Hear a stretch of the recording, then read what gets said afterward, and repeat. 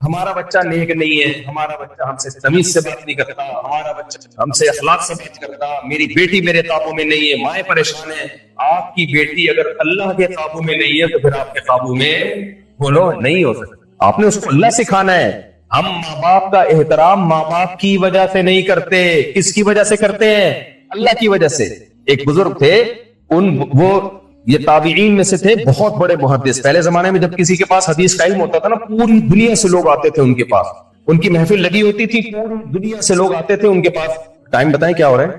اچھا میں بس سمیٹتا ہوں اس کو، بیان کو جلدی سے۔ پوری دنیا سے نا لوگ آیا کرتے تھے ان کے پاس حدیث سیکھنے کے لیے، ہزاروں کا مجمع لگا ہوا ہے۔ ان کی ماں آتی، ان کو ڈانٹ کے کہتی کہ تم یہاں بیٹھے ہوئے ہو، مرغیاں بھوکی پھر رہی ہیں، چل اٹھ جا کے مرغیوں کو دانا ڈال۔ وہ اپنا پورا لیکچر چھوڑتے، بڑے بڑے محدثین بیٹھے ہوئے ہیں، بڑے بڑے علماء بیٹھے ہوئے ہیں، وہ لیکچر چھوڑ کے جا کے مرغیوں کو دانا ڈال کے آتے، اور جہاں سے لیکچر چھوڑا تھا وہیں سے شروع کر دیتے۔ ایک دن ایک شاگرد نے کہا کہ حضرت اتنے بڑے بڑے لوگ آئے ہوئے ہیں آپ کے پاس، مرغیاں ان سے زیادہ اہم ہیں؟ مرغیوں کی اہمیت آپ کے دل میں ہم سے زیادہ ہے، سبق چھوڑ کے آپ چلے جاتے ہیں۔ انہوں نے کہا خدا کی قسم مرغیوں کی اہمیت نہیں ہے، میری بوڑھی ماں مجھے حکم دیتی ہے، جس پیغمبر کی حدیث میں تمہیں پڑھا رہا ہوں اسی پیغمبر نے اللہ کے بعد سب سے بڑا حق کس کا بتایا ہے؟ ماں۔ سمجھ میں نہیں آ رہی میرا خیال؟ دیکھو اپنے آپ کو اور اپنے بچوں کو اگر انسان بنانا، دیکھو انسان کے علاوہ کے بچے دنیا میں بہت ہیں، آپ انسلٹ نہ محسوس کریں بھائی۔ جب کوئی انسان کا بچہ نہیں ہوتا تو اس کو ہم کیا کہتے ہیں؟ نہیں جان، اتنا کامن لفظ نہ یوز کیا کریں آپ، کیا بولتے ہیں اس کو؟ دیکھو اب زبردست بات کی، انسان کو انسان کا بچہ بنانے کے لیے آپ کو سوسائٹی میں اللہ بولو گھر کے ماحول کو انسانوں والا ماحول بنانے کے لیے گھر میں اللہ کرنا پڑے گا۔ ابھی ہم نے اللہ کو کیا کر دیا ہے؟ یہ صرف اللہ کے پاس موٹیویشن ہے، ایک مہینہ میں بھوکا پیاسا رکھ لیتا ہے۔ ہمارے ایک استاذ نے بتایا کہ میں نے اپنے والد کے روزانہ پاؤں دبایا کرتا تھا 15 منٹ، ابا کہہ دیتے تھے بس، میں بھی کہہ دیتا تھا بس۔ کہتے ایک دن ابا کی آنکھ لگ گئی تو میں عشاء سے لے کے فجر تک ان کے پاؤں دباتا رہا ہوں۔ فجر میں ابا کی آنکھ کھلی تو انہوں نے کہا اس وقت سے اب تک دبا رہے؟ میں نے کہا جی۔ کہتے اتنی دعائیں دی اور آج وہ دعائیں لگی بھی نظر آ رہی ہیں۔ یہ گورنمنٹ کے قانون سے ایسا ہو سکتا ہے ساری رات ابا کے پاؤں دبائے؟ اے بھائی بخاری مسلم کی حدیث ہے، نبی صلی اللہ علیہ وسلم نے فرمایا پچھلی امتوں میں 3 آدمی غار میں پھنس گئے، پتھر آ کے گرا اور وہ غار میں بند، اب ان کو پتا تھا کہ بھوکے پیاسے مریں گے۔ تینوں نے کہا بھائی اللہ سے دعا مانگو کہ کوئی ہم نے زندگی میں نیکی کی ہو نا تو وہ نیکی کا اللہ کو واسطہ دو تاکہ اس مصیبت سے ہم نکلیں۔ میں بہت شارٹ کر کے سنا رہا ہوں۔ ان میں ایک نے دعا مانگی، اے اللہ میں کسی پہ عاشق تھا، کسی لڑکی پہ، اپنی چچا زاد پہ، زنا کی خواہش تھی نہیں پوری کرنے دیتی تھی، قحط پڑا مجبور ہو کے میرے پاس آئی، میں نے اپنی خواہش پوری کرنے کی کوشش کی۔ اس نے کیا کہا؟ مجھے پورا موقع مل گیا، لیکن اس نے کہا اتق اللہ، میں تو مجبور ہوں، تو مجبور نہیں ہے، اللہ سے ڈر۔ اے اللہ مجھے پوری قدرت تھی اس پہ لیکن تیرے خوف سے میں پیچھے ہٹ گیا۔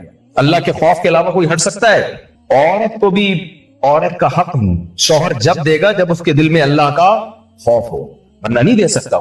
تو اے اللہ اگر میں نے تجھے خوش کرنے کے لیے کیا تھا تو جس مصیبت میں آج مبتلا ہوں اے اللہ اس مصیبت سے مجھے نجات دے دے۔ حدیث میں آتا ہے پتھر تھوڑا سا ہٹ گیا۔ دوسرے نے کہا اے میں جب گھر پہ بکریاں چرا کے آیا کرتا تھا تو میں دودھ پلاتا سب سے پہلے اپنے بوڑھے ماں باپ کو، اس کے بعد اپنے بیوی بچوں کو۔ جب میں آیا مجھے تھوڑی دیر ہو گئی، میرے بوڑھے ماں باپ سو گئے، اب میں کنفیوز تھا، ان کو اٹھاتا ہوں تو نیند خراب ہوگی اور ان سے پہلے میں کسی اور کو پلا دوں تو مجھے غیرت آتی تھی۔ ساری رات دودھ کا پیالہ لے کے ان کے سر کے سہارے کنارے پہ میں کھڑا رہا۔ کس کے حکم سمجھ کے؟ اللہ نے سب سے پہلے کس کا حکم بتایا ہے؟ کس کے حکم ہے؟ ماں۔ غیر مسلموں کے ہاں باپ اور ماں کا اتنا بڑا مسئلہ نہیں ہے، اللہ کے ہاں سب سے بڑا مسئلہ ہی ماں باپ کا ہے۔ وَوَصَّيْنَا الْإِنسَانَ، اللہ کہتے ہیں میں نے وصیت کر دی ہے اپنے ماں باپ کے ساتھ اچھا سلوک کرنا۔ وصیت کا لفظ کب استعمال ہوتا ہے؟ جب آپ دنیا سے جا رہے ہوتے ہیں۔ جب آپ دنیا سے جا رہے ہوتے ہیں کوئی آڑی ترچھی چیزوں کی وصیت کرتے ہیں، یہ بہت اہم چیزوں کی کرتے ہیں۔ اللہ دنیا سے نہیں جاتا لیکن اللہ وصیت کا لفظ استعمال کر رہا ہے یہ بتانے کے لیے جیسے باپ مرتے ہوئے وصیت کرتا ہے، چھوٹی موٹی باتوں کی وصیت نہیں ہوتی، بہت بڑی باتوں کی ہوتی ہے، بہت اہم باتوں کی۔ تو میں بھی وصیت کر رہا ہوں، لہذا اس آرڈر کو ہلکا مت سمجھنا۔ کبھی دیکھا آپ نے چھوٹی، آپ مر رہے ہو بیٹے کھڑے ہوئے کاپی پین لے کے ابا مرتے ہوئے کیا وصیت کر رہے ہیں, بیٹا یہ بنیان استری کر کے دھوپ میں لٹکا دینا. ایسی وصیت دیکھی بھی آپ نے؟ بیٹا ایسا کرنا, میں نے گولے گنڈے والے کو بولا تھا کہ 3 پارسل کر دے, اب میں مر رہا ہوں تو 2 منگوا لینا, 1 رہنے دے گا. یہ وصیتیں نہیں, یہ آرڈر ہوتے ہیں, یہ وصیتیں نہیں ہوتی.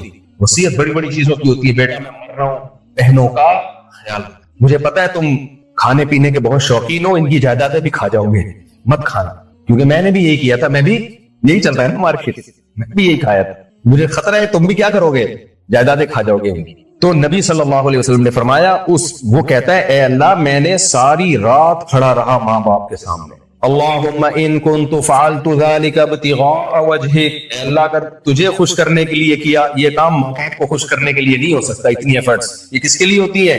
1 مہینہ اللہ کے لیے روزہ رکھا جا سکتا ہے, ابا اماں کے لیے نہیں رکھا جا سکتا. آپ کے ابا بولے 1 مہینہ بھوکا رہے, نہیں ہو سکتا. اللہ کہے گا تو ہو جاتا ہے بھائی, ہو رہے ہیں لوگ رکھنے. میں تو یہاں حیران ہوں, 9:30 بجے مغرب میں گیا, تم لوگ رمضان میں کیا کرتے تھے؟ ایک آدمی نے پوچھا عاشورہ کا 1 روزہ رکھ سکتے ہیں؟ میں نے کہا ادھر 1 روزہ بھی 2 کے برابر ہے. کراچی میں ایسے 2 روزے ہو جائیں جس طرح کے آپ کے چلے, 9:30 بجے تو مغرب ہو رہی ہے, 3 بجے صبح صادق اور 9:30 بجے مغرب. تو کتنا مشکل رمضان میں لوگوں نے رکھے, لوگ مجھے بتا رہے ہیں رکھتے ہیں بھائی, کہہ رہے ہیں افطاری کر رہے ہوتے ہیں اور صبح صادق, بس تراویح بھی ایسے ٹھٹا ٹھٹ پڑھتے ہیں, بس صبح صادق کوئی رکھتے ہیں. اور آج سے نہیں رکھ رہے, ہم جب پرانی کتابوں میں دیکھتے ہیں تو اس میں فقہا نے یہ مسئلہ بیان کیا ہے کہ جو نارتھ اور ساؤتھ میں علاقے ہیں وہاں مسلمان کثرت سے روزے رکھتے, اس زمانے سے رکھتے چلے آ رہے ہیں.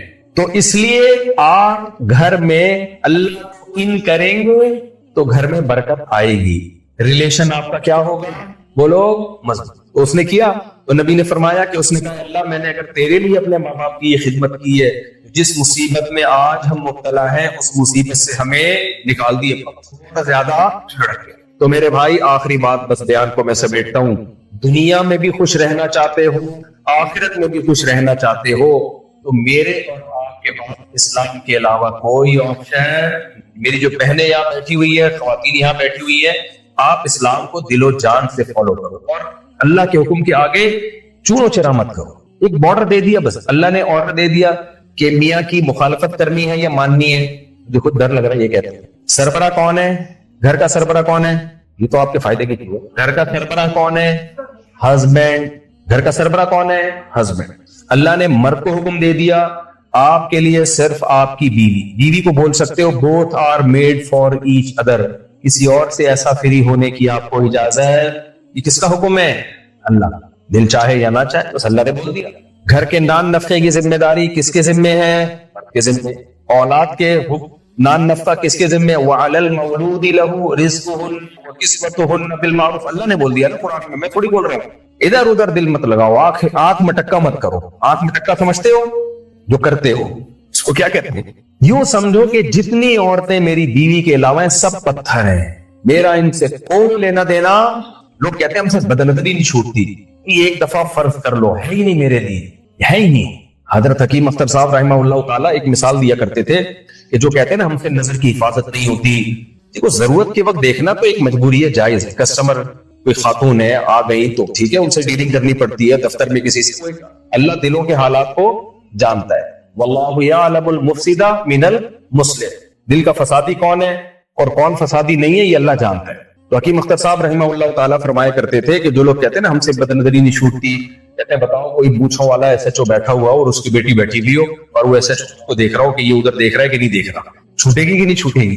اے بھائی, تو اللہ کا خوف ایس ایچ او سے بھی کم ہے, اور اس میں اپنا فائدہ ہے, اپنا فائدہ ہے اس میں. تو اللہ کو آپ گھروں میں ان کریں. کیسے ان کریں, بس میں چند باتیں سمجھا دیتا ہوں. سب سے پہلے کیا کرنا ہے آپ نے, دیکھو ہم ایک مسلم کنٹری میں رہتے ہیں, ہمارے لیے اپنے بچوں کے اور اپنے ایمان کو بچانا آسان. چاروں طرف ایمان کی باتیں ہو رہی ہے, چاروں طرف مساجد. آپ کو یہاں کتنا لمبا سفر کر کے مسجد میں آنا پڑتا ہے, ہم تو گھر سے نکلے سامنے مسجد, اذانوں کی آوازیں صبح شام گونجتی رہتی ہیں, حتیٰ کہ محلے پڑوس میں جنازوں کا بھی پتہ چلتا ہے. جمشید کا انتقال ہو گیا, سلیم بھائی کا, امام لوگ کتنے لمبے لمبے جنازے ہوتے ہیں. ہمارے مسجد کے محلے کے امام صاحب تھے, وہ جب کسی کا انتقال ہو جاتا تھا نا تو وہ اتنی ٹینشن دیتے تھے کہ لگتا تھا 2-4 بندے اور مر جائیں گے. پوری رننگ کمنٹری, فلاں کا انتقال ہو گیا, ان کو ہاسپٹل سے لایا جا رہا ہے, پھر ان کو غسل دیا جا رہا ہے, اب جنازے کی چارپائی گھر سے چل پڑی ہے, جنازہ گاہ میں لایا جا رہا ہے. لوگ کہتے تھے رننگ کمنٹری چل رہی ہے, سلیم اللہ سے کلیم اللہ سے ہاکی بھی نہیں چلتی تھی, تو ہم تو میرے بھائی ایک مسلم کنٹری میں رہتے ہیں چاروں طرف، آپ غیر مسلم کنٹری میں رہتے ہو. آپ کے لیے اپنے بچوں کا ایمان بچانا، آپ کے لیے اپنے بچوں سے ریلیشن رکھنا بڑا مشکل ہے. جب تک ریلیشن صرف اسلام پیدا کرتا ہے، میں بار بار یہ بات کہہ رہا ہوں نا، اللہ سے ریلیشن بھی اسلام، مخلوق کا آپس میں ریلیشن بھی اسلام. اگر اسلام کو نکال دو گے تو ریلیشن ہوگا کتنا؟ Nice to meet you, thank you, بس. اس سے زیادہ ریلیشن دیکھو غیر مسلم بھی ملتے ہیں آپس میں، nice to meet you, fine, ختم. ابا سے مل رہے ہیں، dad how are you, fine. آج فادر ڈے ہے، گلدستہ بھیجا ہے آپ کے لیے، میں آیا ہوں، بیل نہیں کھولے دروازہ، باہر رکھ کے جا رہا ہوں. ریلیشن تو ہے ان کا. ابا آپ کو اولڈ ہاؤس میں جمع کرانا کس کی ذمہ داری ہے؟ یہ، کیونکہ میں آپ کا بیٹا ہوں. میں کیا ہوں؟ آپ کا بیٹا. یہ بھی جب ابا ہوں، ابا نہیں بھی ہوتے پھر اما ہی ہے سب کچھ. ریلیشن کی ایسی کی تیسی ہوگی کہ نہیں ہوگی؟ مدر ڈے بھائی ہمارا روز ڈے مدر ڈے ہے، روز ہمارا مدر ڈے ہے. ہم نے ماں باپ کی روز خدمت کرنی ہے. میاں بیوی کا ریلیشن بھی کیا ریلیشن ہے؟ وہ اپنے خرچے پہ پل رہی ہے، آپ اپنے خرچے پہ پل رہے ہو. رات کو اکٹھے ہو جاتے ہیں، گھر نہیں ہے تو ہوٹل ہو گیا بھائی. رات کو آپ بتاتے ہیں میں اس سلسلے میں حاضر ہوا ہوں. بچے بھی نہیں ہو رہے، وہ بھی اتنی عمر کے بعد جا کے ہوتے ہیں. پھر وہ بچے، وہ ایک آدھ بچہ، ان کو بھائی بہنوں کی نعمت سے محروم. آپ کو اپنا بچپن یاد نہیں ہے کیسے بھائی بہنوں میں کھیلا کرتے تھے؟ کہاں گئے بھائی بہن؟ مارکیٹ سے کیا ہو گئے؟ ایک آدھ بچہ ہے، وہ بچے ہی ختم. بھائی بہن، بچوں کو بچے دینا ان پر بھی احسان ہے. ان کو بھائی بہن تو دو کھیلنے کے لیے. کس کے ساتھ کھیلیں گے وہ؟ میں کتنے بچوں کو جانتا ہوں ڈپریشن کے مریض ہیں، ایب نارمل ہیں. کیوں؟ ان کے ساتھ کھیلنے کے لیے بھائی بہن بولو نہیں ہے ہی نہیں، ڈپریشن میں چلے گئے. ہمیں تو اپنا بچپن یاد آتا ہے، کتنا کھیلتے تھے، لڑتے بھی، مارتے پیٹتے بھی، سوری شکایتی ٹٹو بنے رہتے تھے ہر وقت. اس نے کیا ہے وہ کہتے اس نے کیا ہے. بچپن کی زندگی ایک ہوتی ہے، سب ایسی کی تیسی. تو یہ جوانی کے مزے، تھوڑی سی ایج آپ کی ہو جائے گی نا تو پھر میری باتیں آپ کے اچھوں کو بھی سمجھ میں آئیں گی. بھی نہیں آ رہی کیونکہ بھی آپ جوان ہو. ابھی کوئی کسی کی کوئی گرل فرینڈ ہوگی، کسی کی بوائے فرینڈ، شادی، بچے، یہ کیا بھائی. تھوڑا سا بڑھاپا آئے گا. جو بزرگ حضرات بیٹھے ان سے پیش کی معذرت کے ساتھ، کسی نے کہا کہ بڑھاپے میں اور جوانی میں کیا فرق ہے؟ جواب دینے والے نے کہا جوانی میں حسینوں کے نمبر ہوتے ہیں موبائل میں، اور بڑھاپے میں حکیموں کے نمبر ہوتے ہیں. یہی فرق ہے نا. تو اس لیے اپنے گھروں میں بھی اسلام لے آؤ، سوسائٹی میں بھی اسلام لے آؤ. خدا کی قسم بڑی مزے کی زندگی گزرے گی. اللہ کہتا ہے فَلَنُحْيِيَنَّهُ حَيَاةً طَيِّبَةً. مزے کی زندگی صرف اسی کو دوں گا جو اسلام کو فالو کرے گا، صرف اسی کو ملے گی مزے کی زندگی. تو گھروں میں اسلام لانا کیسے؟ بس یہ میں جلدی سچی مچی میں جلدی بیان. سب سے پہلے آپ نے گھر وہاں لینا ہے جہاں مسجد کھلی. مسجد سے رشتہ جوڑنا ضروری ہے. دوسری بات، گھر میں ڈیلی روزانہ کوئی دینی کتاب کا معمول بنائیں. ریاض الصالحین صحیح احادیث کا مجموعہ ہے. آپ تھوڑا سا بیوی بچوں کو ٹائم دیں، بالکل مارکیٹ سے شارٹ نہ رہیں. ابھی آپ نہیں ہے کراچی میں گزار لیں گے، بچوں سے آپ کا ریلیشن ہو جائے گا زور. پھر بڑھاپے میں بچے آپ کو لیف نہیں کرائیں. ابھی سے بچوں سے ریلیشن بنائیں، ان کو بتایا کریں بیٹا میں جمشید ہی نہیں ہوں، تمہارا ڈیڈی بھی ہوں. صحیح ہے، میں صرف وسیم نہیں ہوں، میں رشتے میں کیا لگتا ہوں. ایک صاحب جاب کرتے تھے نا، سال کے بعد آتے تھے 2 مہینے گھر میں. ایک دن وہ آئے گھر میں تو بیل بجائی، بچہ آیا، کہتے امی سے کہہ رہے کوئی صاحب آئے ہوئے. ابا کے بارے میں کیا کہہ رہے ہیں؟ امی ایک صاحب آئے ہیں. تو یہ ہو جائے گا بھائی. تو اس لیے ٹائم دیں، تھوڑا بیٹھا کریں ان کے ساتھ. گھر میں ریاض الصالحین کا معمول بنا لیں. کیا خیال ہے بھائی؟ اور کوشش کریں کوئی گیدرنگ رکھیں، ہوگی آپ لوگ کی گیدرنگ جس میں سب ملا کریں اور اس میں مذہبی ڈسکشن ہوا کرے. کسی ایسے مذہبی اسکالر کو بلا لیا کرے جو فرقواریت کی آگ نہ لگائے. ایسا نہ ہو کہ وہ پگڑی ہری پگڑی، ٹانگیں چھوڑی پتلی ٹانگیں، رفع الدین نہیں رفع الدین، یہ بحثوں میں لوگ بچے ہوئے ہو، بچا کے رکھو. جو جس طرح پڑھ رہے ٹھیک ہے پڑھنے دو. تو یہ ہر ہفتے کوئی نہ کوئی، یہاں بھی ماشاءاللہ علماء ہیں. میں بھی ملا 45 سال سے ایک بزرگ ہے، کیا نام ہے ان کا؟ ہاں قاری عبد الوہاب صاحب. 45 سال پہلے یہاں آئے تھے، فری میں بچوں کو پڑھاتے تھے قرآن. لوگ بچوں کو قرآن نہیں پڑھنے دیتے تھے، وہ فری میں پڑھاتے تھے. پوری زندگی ان کی یہاں گزری. ان سے اسکائی تعلق قائم کریں، اس طرح سے اپنے ریلیشن کو مضبوط کریں. سمجھ رہے ہیں؟ بچوں کو لازمی قرآن پڑھائیں آپ. ٹھیک ہے، اسکول کی تعلیم تو بہت ضروری ہے. تھوڑا قرآن سے رشتہ رہے ان کا، اور تفسیر سے رشتہ رہے ان کا، مسجد سے ان کا رشتہ رہے، آنا جانا لگا کے رکھے. آپ اگر 5 نمازیں نہیں پڑھتے نا تو صرف نماز چھوڑنے کا گناہ نہیں ہوگا، ایمان سے جانے کا خطرہ ہے آپ کا. تو اسلام کے علاوہ بھائی دنیا کے پاس نجات کا کوئی راستہ نہیں ہے. میں اکثر بیان میں ایک مثال دیتا ہوں. اب مثال تو میں پاکستان کی دوں گا نا، ان علاقوں کے تو مجھے نام یاد نہیں ہے. آپ کراچی سے پشاور جا رہے ہیں، ٹرین میں سفر کر رہے ہیں، آپ کے ساتھ کوئی دوست بڑے اچھے آپ کے ساتھ بیٹھ گئے, یا کوئی خاتون ہے آپ کے ساتھ, کوئی خاتون بیٹھ گئی, آپ نے ان سے دل لگایا, گپ شپ ہو گئی. انہوں نے اترنا ہے ملتان اسٹیشن پہ, آپ نے جانا ہے پشاور اسٹیشن پہ.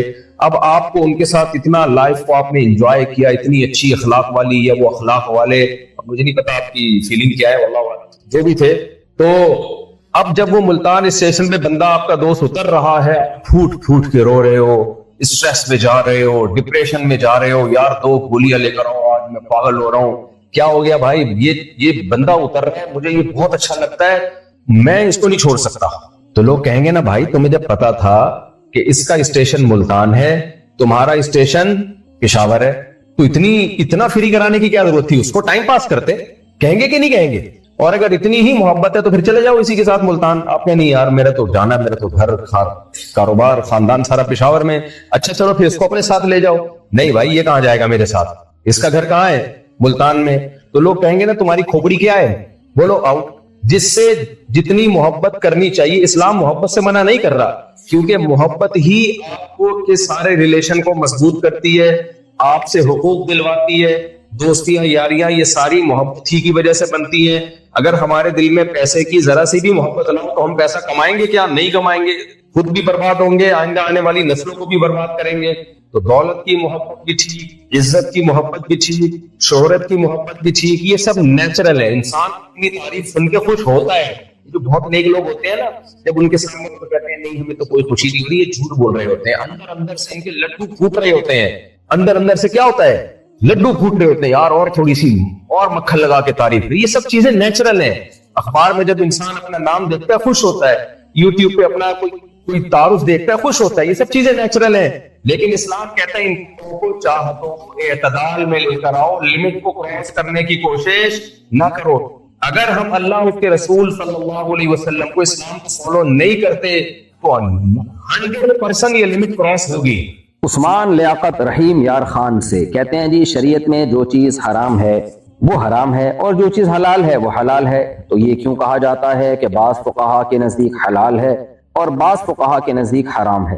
شرعی حکام تو سب ایک جیسے ہی ہوتے ہیں نا بھی لکھا ہوا ہے آخر میں. جناب عثمان لیاقت صاحب بات آپ کی ٹھیک ہے, شریعت میں کچھ حلال ہے کچھ حرام ہے جو بہت واضح ہیں, لیکن کچھ چیزیں ایسی ہیں جن میں دلائل دونوں طرف ہوتے ہیں, اور یہ حدیث سے ثابت ہے. نبی صلی اللہ علیہ وسلم نے ارشاد فرمایا, صحیح حدیث ہے, الحلال بین والحرام بین, حلال بھی واضح ہے حرام بھی واضح ہے, لیکن آپ نے خود فرمایا وبینہما امور, اس کے بیچ میں کچھ ایسے امور ہیں کہ وہ بہت سے لوگوں پر مشتبہ ہیں, یعنی ان میں دلائل دونوں طرف ہوں گے, کیونکہ آپ صلی اللہ علیہ وسلم کو معلوم تھا نا کہ یہ امت اجتہاد کرے گی. دیکھیں نبی صلی اللہ علیہ وسلم نے ایک لشکر کو بنو قریظہ کی طرف بھیجا اور فرمایا کہ جب تک وہاں پہنچ نہ جاؤ عصر کی نماز نہیں پڑھنا. اب وہ لشکر جب جانے لگا تو عصر کی نماز راستے میں قضا ہونے لگی.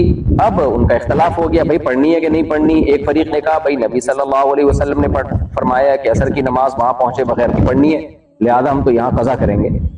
ان کے نزدیک یہ تھا کہ فرض یہ تھا کہ قضا کر دی جائے نماز, کیونکہ نبی کا حکم ہے.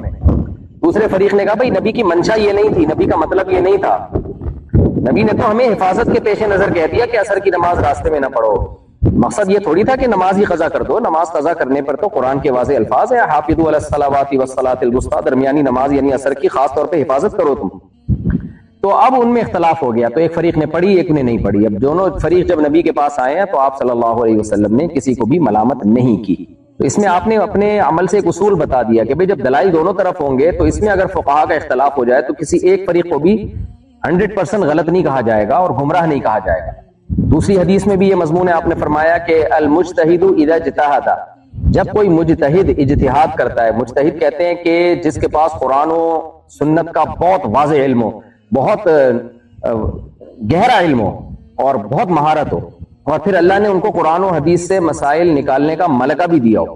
تو آپ صلی اللہ علیہ وسلم نے فرمایا جب مجتہد اجتہاد کر کے کوئی رائے قائم کرتا ہے فإن أصاب فله أجران, اگر وہ درست نتیجے تک پہنچے تو اس کو 2 اجر ملتے ہیں. وإن أخطأ فله أجر واحد, اگر اس سے غلطی بھی ہوتی ہے تو بھی 1 اجر ملتا ہے. تو کچھ چیزیں تو واضح طور پر حلال ہیں, جیسے گائے کا گوشت ذبح کر کے آپ نے اللہ کا نام لے کے کھا لیا, حلال ہے. اونٹ کا گوشت حلال ہے, بکرے کا گوشت حلال ہے, ان میں کوئی اختلاف نہیں ہے. اور نباتات حلال ہیں. بہت ساری چیزیں اللہ نے حلال کی ہیں جن کے حلال ہونے میں امت میں کوئی اختلاف نہیں, بہت وضاحت کے ساتھ بتا دیا.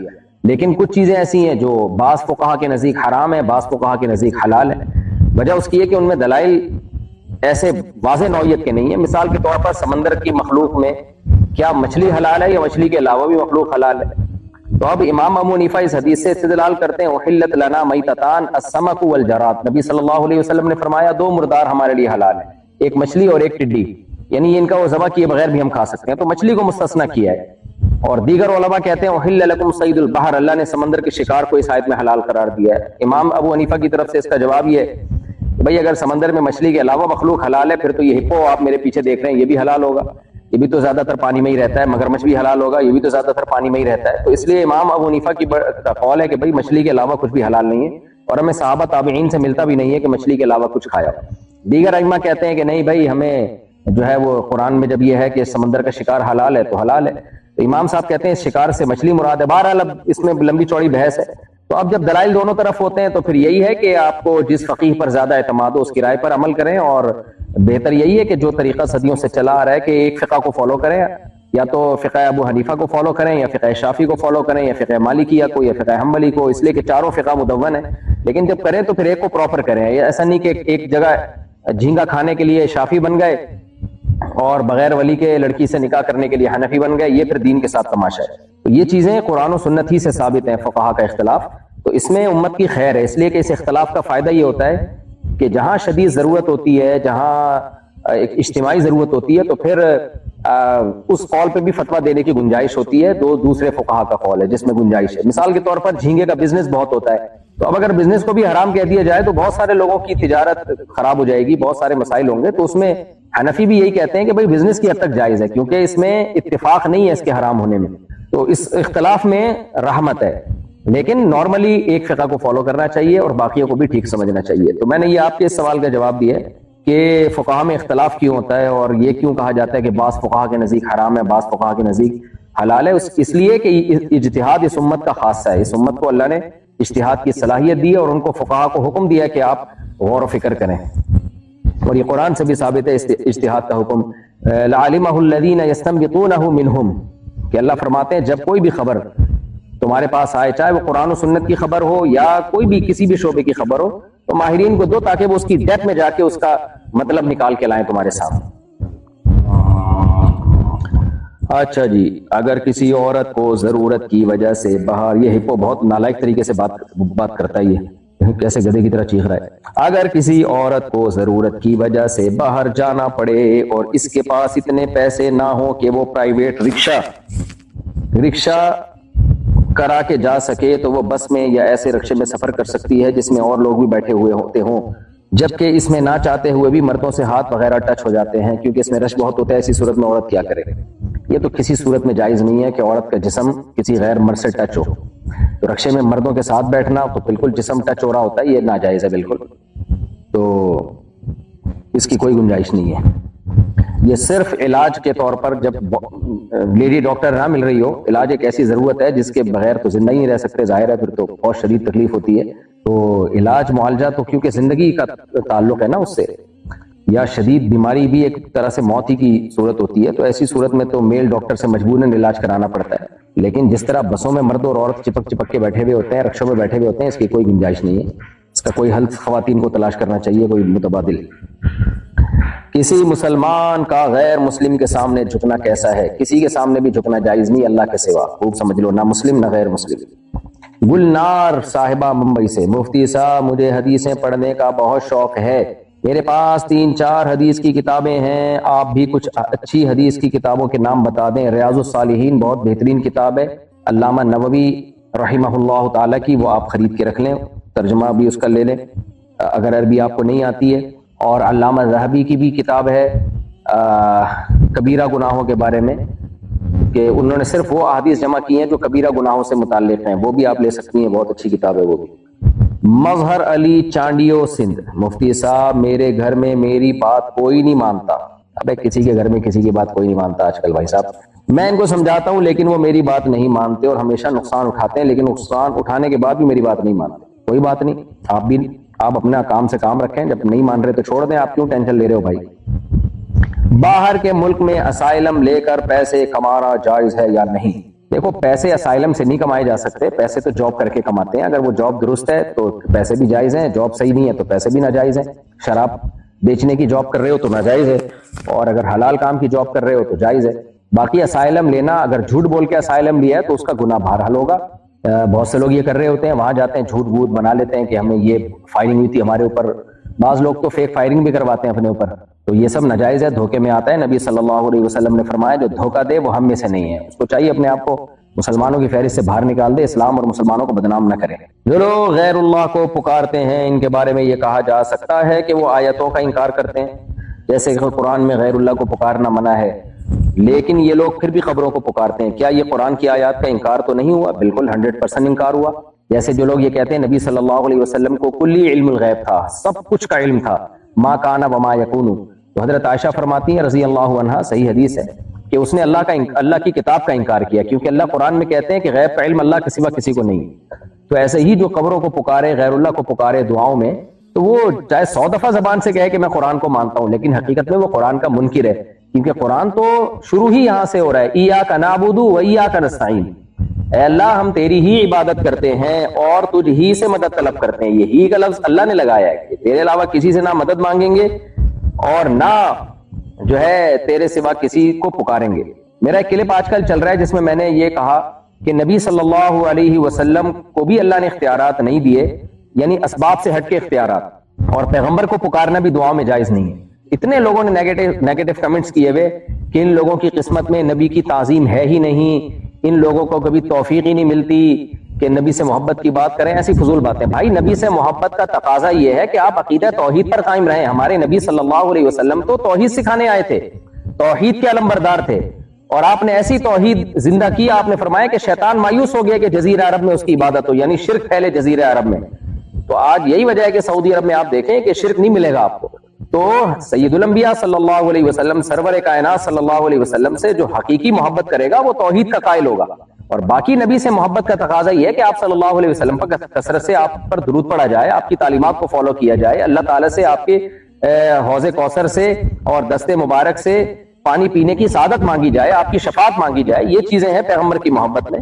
آپ نے پیغمبر کے محبت میں وہ کام کر لیا جو عیسائیوں نے حضرت عیسیٰ ابن مریم کی محبت میں کیا، کہ حضرت عیسیٰ ابن مریم کو معاذ اللہ کا بیٹا بنا ڈالا، یا یہ کہ ان کو مختار کل مشکل کشا بنا ڈالا، ان سے دعائیں بھی مانگتے ہیں وہ. تو یہ تو نبی کی محبت کا لیبل ہوگا، یہ نبی کی محبت نہیں ہے. بھائی میں عالم بننا چاہتا ہوں لیکن میرے گھر والے اجازت نہیں دیتے، میں کیا کروں؟ وہ کچھ اور پڑھانا چاہتے ہیں.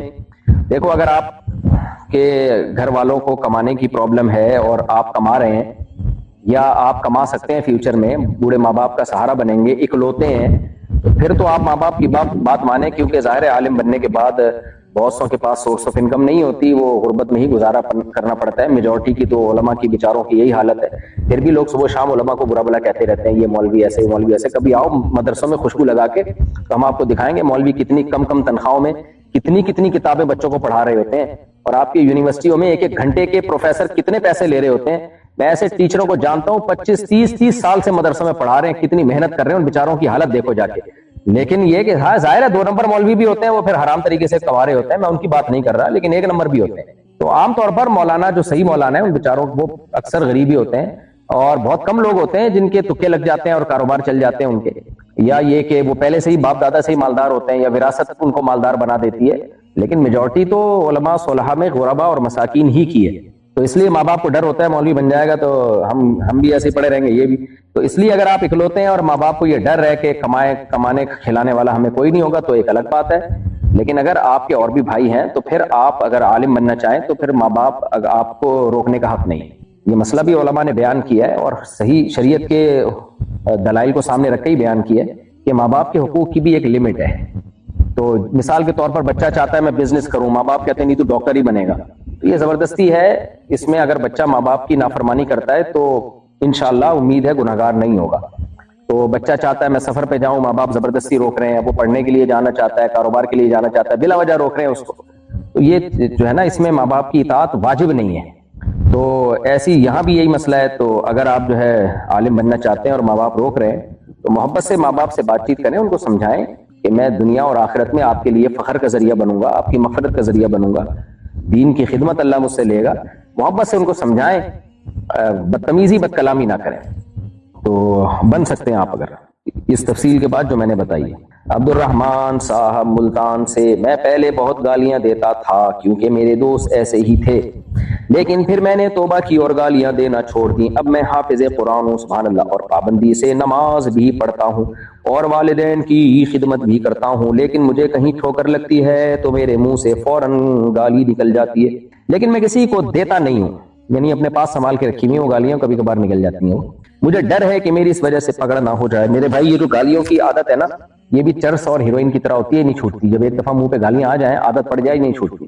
تو اب اس کا حل یہی ہے کہ آپ کے منہ سے جب گالی نکلے آپ کچھ پیسے صدقہ کریں, اور یہ التزام کریں اپنے اوپر کہ جب بھی مجھ سے, میرے منہ سے گالی نکلے گی, بے شک کسی اور کو نہ نکلے, ہوائی فائرنگ ہی ہو, تو میں اتنے پیسے صدقہ کروں گا. اور اماؤنٹ اتنا ہونا چاہیے کہ تھوڑا سا دل پہ چوٹ لگے کہ یار کچھ جیب سے نکلا ہے, اور اتنا زیادہ بھی نہیں ہونا چاہیے کہ وہ پیسے نکالنا ہی مصیبت بن جائے آپ کے لیے, اتنا کم بھی نہیں ہونا چاہیے کہ آپ کو کوئی تکلیف ہی نہ ہو. تو وہ آپ اپنی آمدن کے حساب سے اپنے لیے سزا متعین کر سکتے ہیں, سزا رکھیں.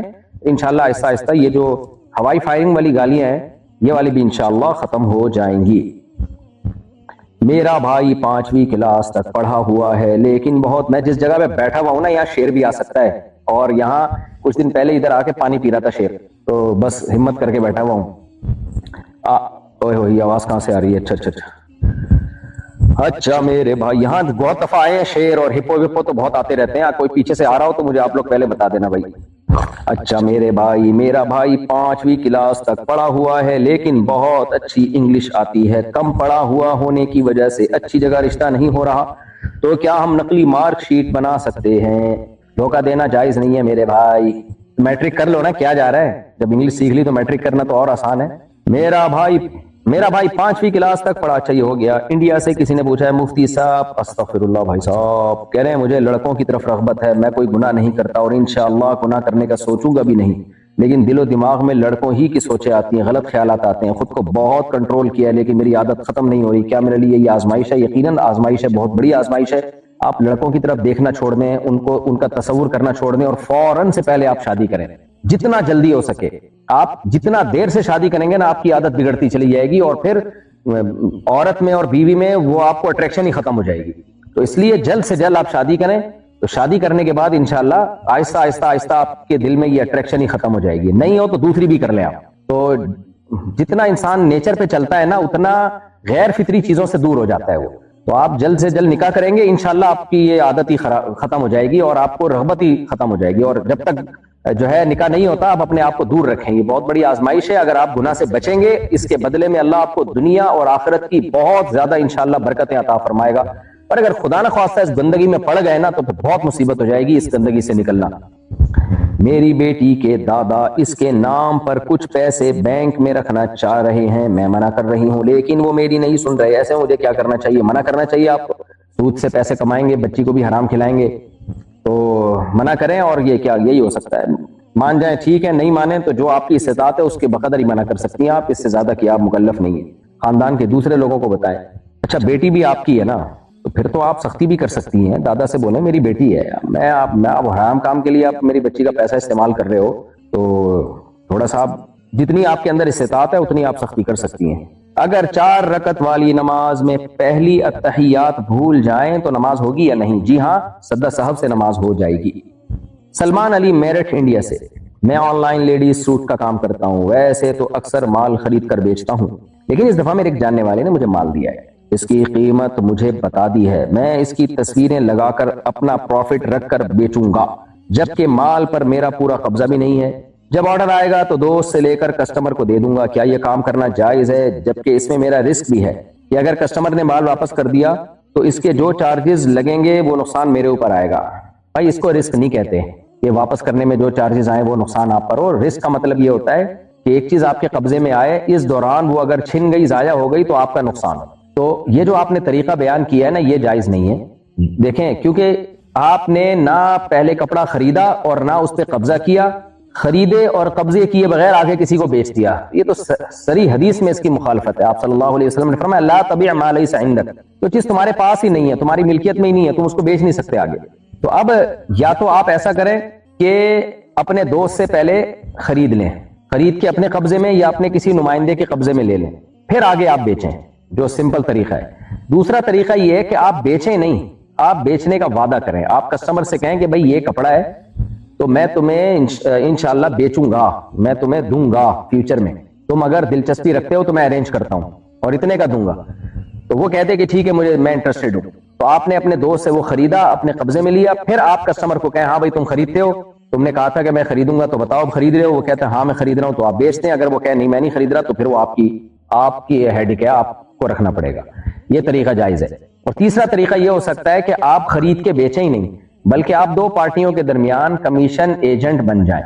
آپ کسٹمرز کو یہ کہیں کہ بھائی یہ میں تمہیں ارینج کر کے دوں گا، اور بیچنے والے کو بھی کہیں کہ یہ کپڑا تمہارا ہے، میں بکواؤں گا، اور لہذا اس میں جو بھی چارجز آئیں گے اگر وہ واپس کرتا ہے اس کے چارجز یا کسی بھی، وہ سارے تمہارے ذمہ ہیں، میرا کام ہے اپنا کمیشن لے کے پتلی گلی سے نکل جانا۔ تو یہ بالکل کلیئر کریں، اس طرح سے آپ اس کو خرید و فروخت اس کی کر سکتے ہیں۔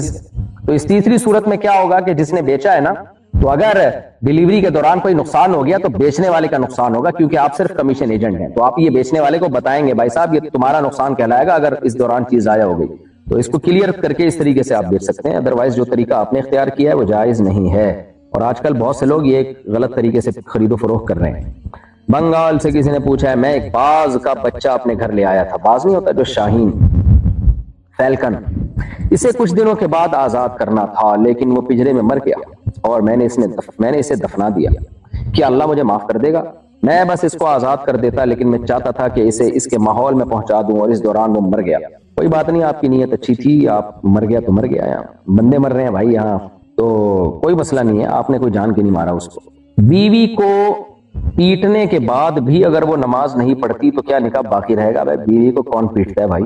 آپ بیوی کو محبت سے سمجھائیں نماز پڑھ لیا کرو، پڑھ لے ٹھیک ہے، نہیں پڑھے تو اب کیا کر سکتے ہو اس زمانے میں آپ، باقی نکاح کا اس سے تعلق نہیں ہے، نکاح نہیں ٹوٹتا اس سے۔ کیا عورت ناپاکی کی حالت میں فون یا کسی اور ڈیوائس پر قرآن پڑھ سکتی ہے؟ نہیں جی، ناپاکی کی حالت یعنی مینسز کی جو حالت ہے اس میں عورت کے لیے زبان سے تلاوت جائز نہیں ہے، اس طرح مرد کے لیے بھی حالت جنابت میں زبان سے تلاوت جائز نہیں ہے۔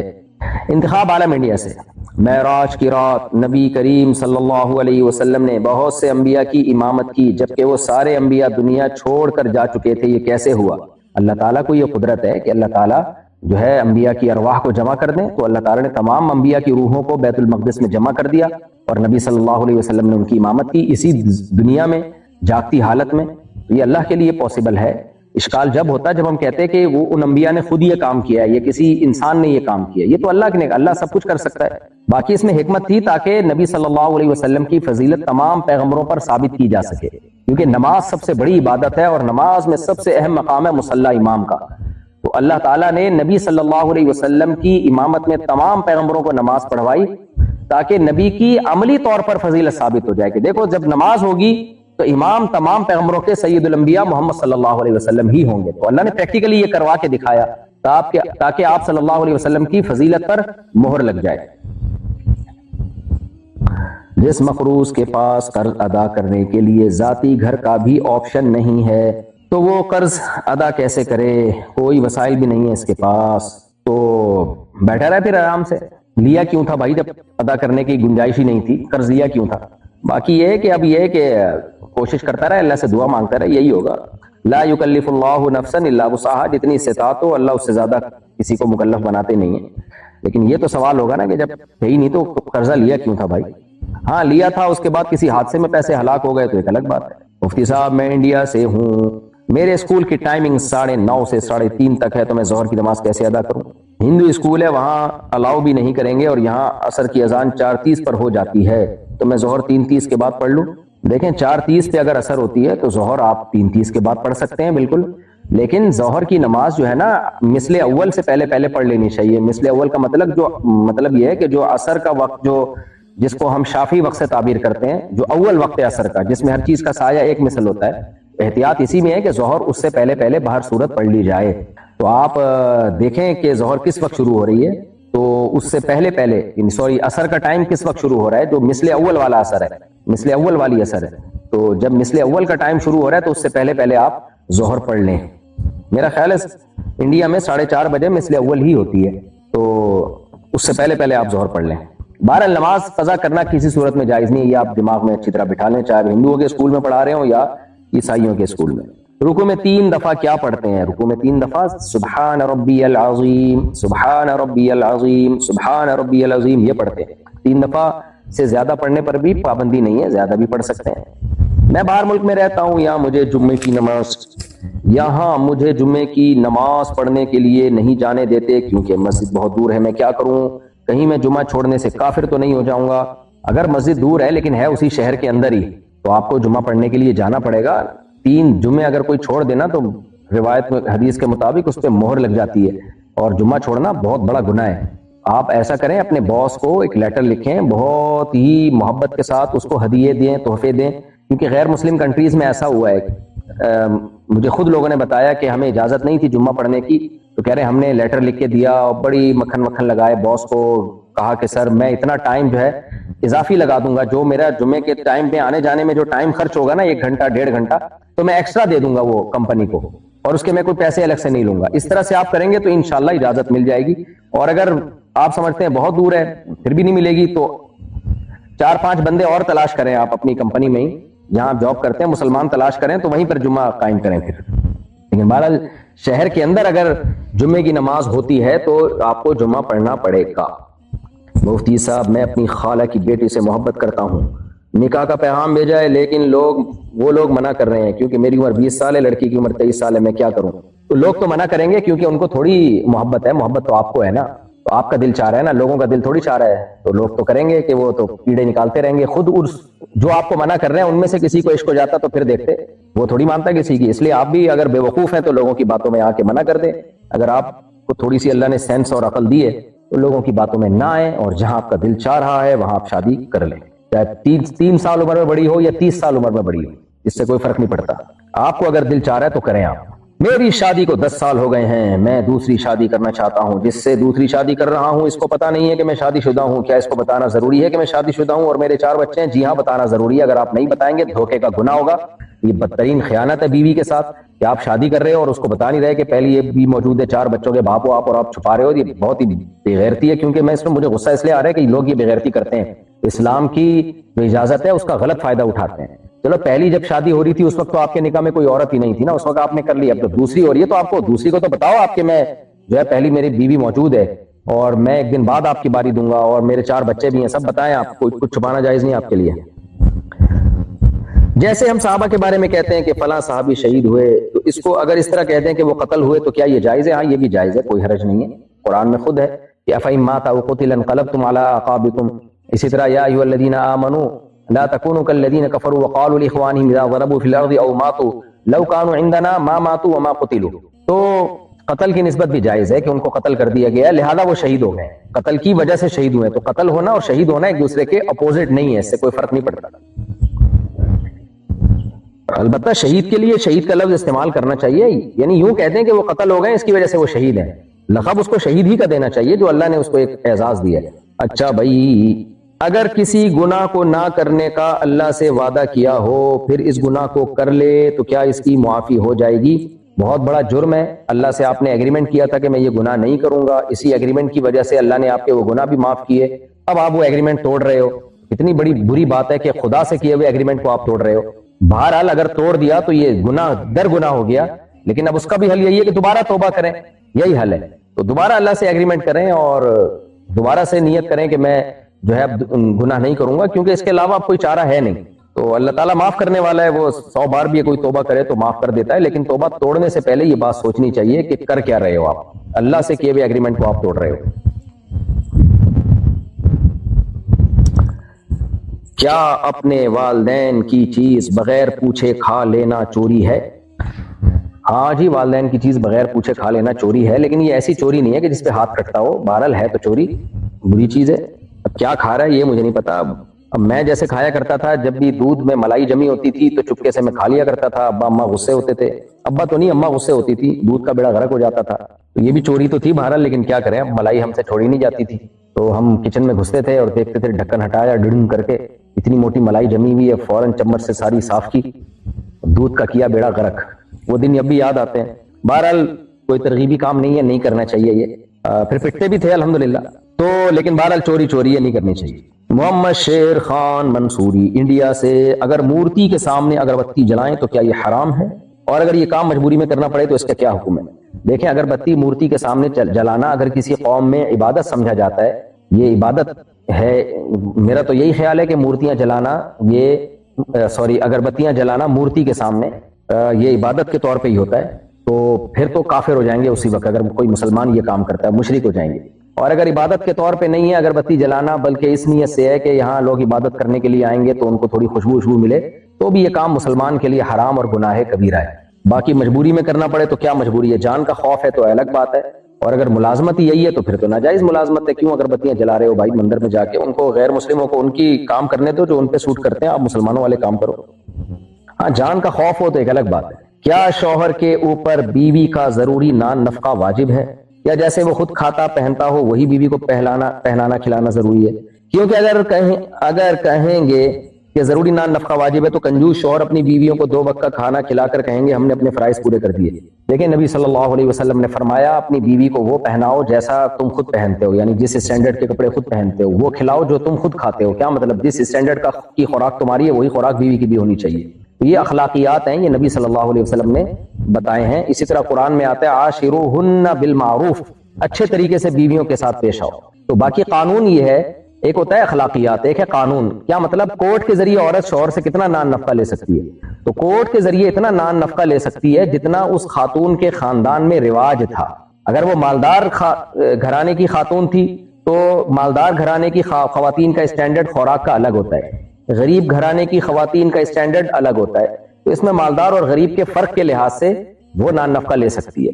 یہاں تک کہ اگر کوئی خاتون بہت اپر لیول کی فیملی سے ان کا تعلق تھا، کوئی بہت ہی مالدار تھی، ان کے گھر میں نوکر چاکر ہوتے ہیں، تو پھر علماء نے یہ بیان کیا ہے کہ پھر شوہر کے ذمہ بیوی کے نان نفقے میں نوکر کا انتظام بھی داخل ہے، کہ اس کو نوکر کا بھی انتظام کر کے دے اس کو.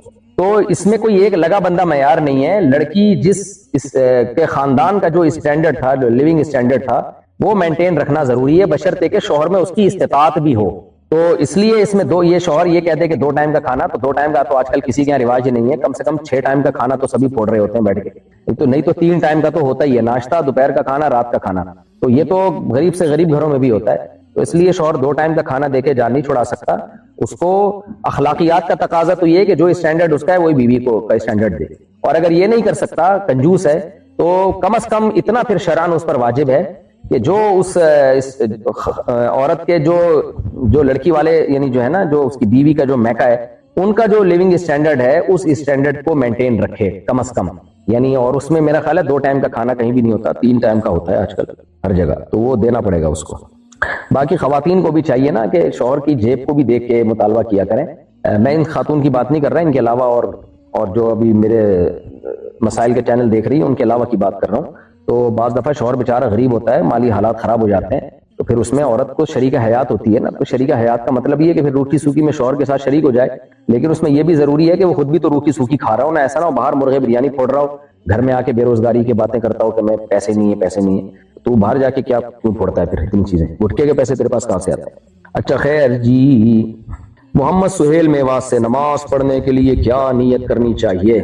زکات دینے کی نیت کرنی چاہیے بھائی. نماز کے پڑھنے کے لیے نماز کی نیت کرنی چاہیے. اور وہ ہوتی ہے جب آپ کھڑے ہوتے ہیں تو کس سلسلے میں آئے ہوئے ہوتے ہیں مسجد میں؟ اللہ اکبر کہہ کے کیا کر رہے ہوتے ہیں آپ؟ تو اتنا استحضار دل میں ہونا چاہیے کہ میں نماز پڑھ رہا ہوں. اور اگر فرض پڑھ رہا ہوں تو فرض کی نیت دل میں استحضار ہو کہ میں ظہر پڑھ رہا ہوں یا عصر پڑھ رہا ہوں، بس اتنا استحضار. سنتیں پڑھ رہا ہوں تو فرض نہیں پڑھ رہا، بس اتنا کافی ہے. البتہ وتر میں بھی الگ سے نیت ضروری ہے کہ وتر پڑھ رہا ہوں، بس اتنا کافی ہے. باقی زیادہ ڈیٹیل والی جو آج کل نیتوں کی پوری گردانے پڑھ رہے ہوتے ہیں، یہ ثابت نہیں ہے اور یہ ٹھیک نہیں ہے، اس کو چھوڑ دینا چاہیے. کسی مسلمان کی شرک پر موت ہو تو اس کے لیے مغفرت کی دعا یا اس کے لیے توبہ استغفار کر سکتے ہیں؟ ہرگز نہیں. اگر شرک پر موت کے بعد استغفار کی پرمیشن اللہ کسی کو دیتا تو سب سے پہلے حضرت ابراہیم علیہ السلام کو اجازت دیتا کہ وہ اپنے والد کے لیے استغفار کریں. لیکن اللہ نے ان پر بھی پابندی لگائی، قرآن میں آتا ہے. اور نبی صلی اللہ علیہ وسلم پر پابندی لگائی، اپنے چچا ابو طالب کے لیے جو ہے ان کے لیے دعا کریں. تو شرک کے لیے، مشرک کے لیے دعا کرنے کی اجازت نہیں ہے. البتہ نبی صلی اللہ علیہ وسلم کے چچا ابو طالب نے چونکہ نبی صلی اللہ علیہ وسلم کی بے پناہ خدمت کی تھی اور بہت آپ کا ساتھ دیا تھا، اس لیے حدیث میں آتا ہے کہ نبی صلی اللہ علیہ وسلم کی شفاعت اتنی کام آئے گی قیامت کے دن کہ ان کو سب سے کم ترین عذاب دیا جائے گا. اللہ تعالی ہم سب کو عذاب سے محفوظ رکھے. لیکن بہرحال دعا کرنا، استغفار کرنا یہ جائز نہیں ہے. مفتی صاحب میرے گھر والے کہتے ہیں کہ دیوبندی کافر ہیں کیونکہ وہ میلاد کو نہیں مانتے اور کہتے ہیں کہ ان کو چھوڑ دو. میں آپ کے بیانات سنتا ہوں چھپ چھپ کر